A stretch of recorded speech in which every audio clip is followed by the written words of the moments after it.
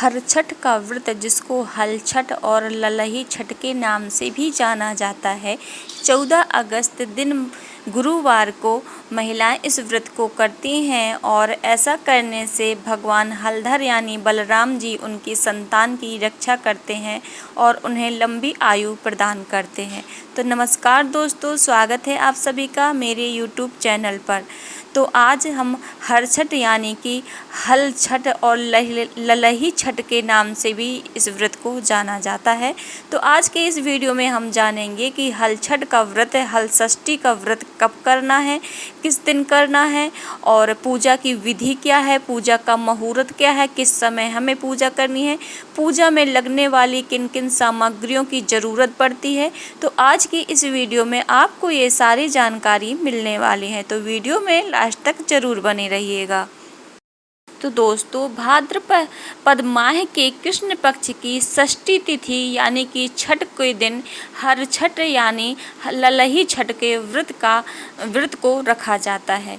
इस साल हर छठ हल षष्ठी व्रत 14 अगस्त को रखा जाएगा। दरअसल इस साल षष्ठी तिथि की जो शुरुआत हो रही है वो सुबह 4:23 से शुरू हो रही है, इसलिए उदया तिथि के अनुसार इस व्रत को 14 अगस्त दिन गुरुवार के दिन रखा जाएगा।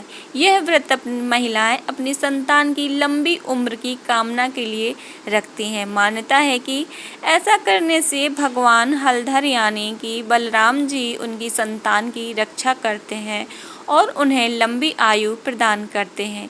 यह व्रत श्री कृष्ण के बड़े भाई बलराम जी के जन्मोत्सव के तौर पर मनाया जाता है।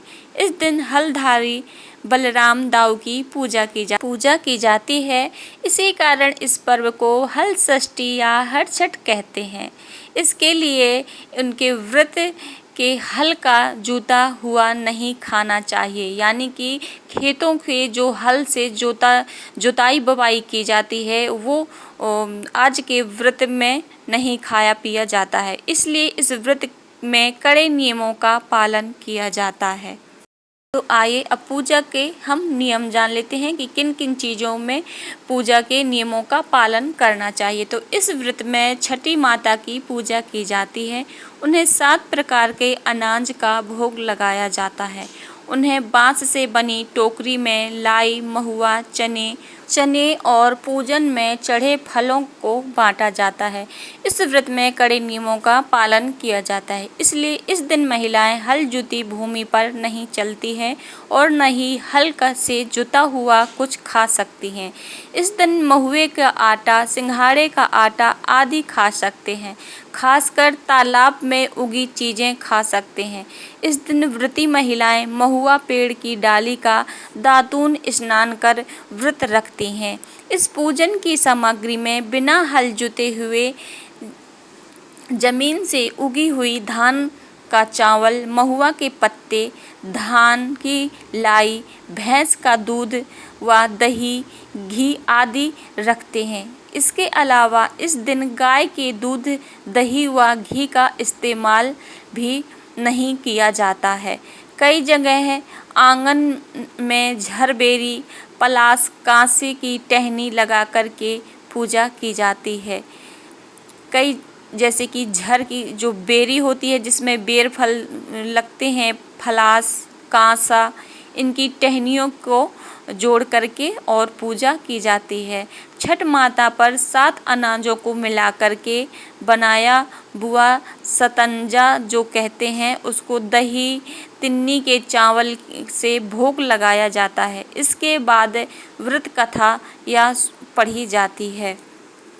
दोस्तों, ये रही कुछ जानकारी और अपने अपने गांव शहरों के अनुसार अलग अलग पूजा का विधान होता है। जैसे कि कहीं कहीं झड़ बेरी फलास के जो होता है पेड़ सा बना करके उसको लगा करके और महुआ के पत्तों में 7 अनाजों को रख करके पूजा की जाती है। और आज के दिन भैंस का दूध ही खाया जाता है। भैंस के दूध का ही आप खा सकते हैं और भैंस के घी का ही पूजन जो हवन किया जाता है वो भैंस के दूध और घी से इस्तेमाल होता है। भैंस का दही खा सकते हैं।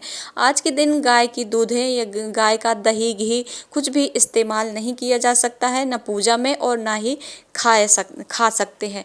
और फलाहार में आज के दिन महुआ और जैसे महुए की बनी चाय लोग पी लेते हैं, या फिर ड्राई फ्रूट्स वगैरह खा लेते हैं, या फिर जो तालाब में पसई के चावल बनते हैं होते हैं तालाबों में, तो वो चावल खा सकते हैं, या फिर सिंघाड़े का आटा, इन सब चीज़ों का आज के दिन सेवन किया जाता है। और जो बै जोत के जो खेतों में उगाई हुई फल सब्जियां होती हैं, इन चीज़ों का सेवन नहीं किया जाता है, ना ही इन अनाजों का सेवन किया जाता है।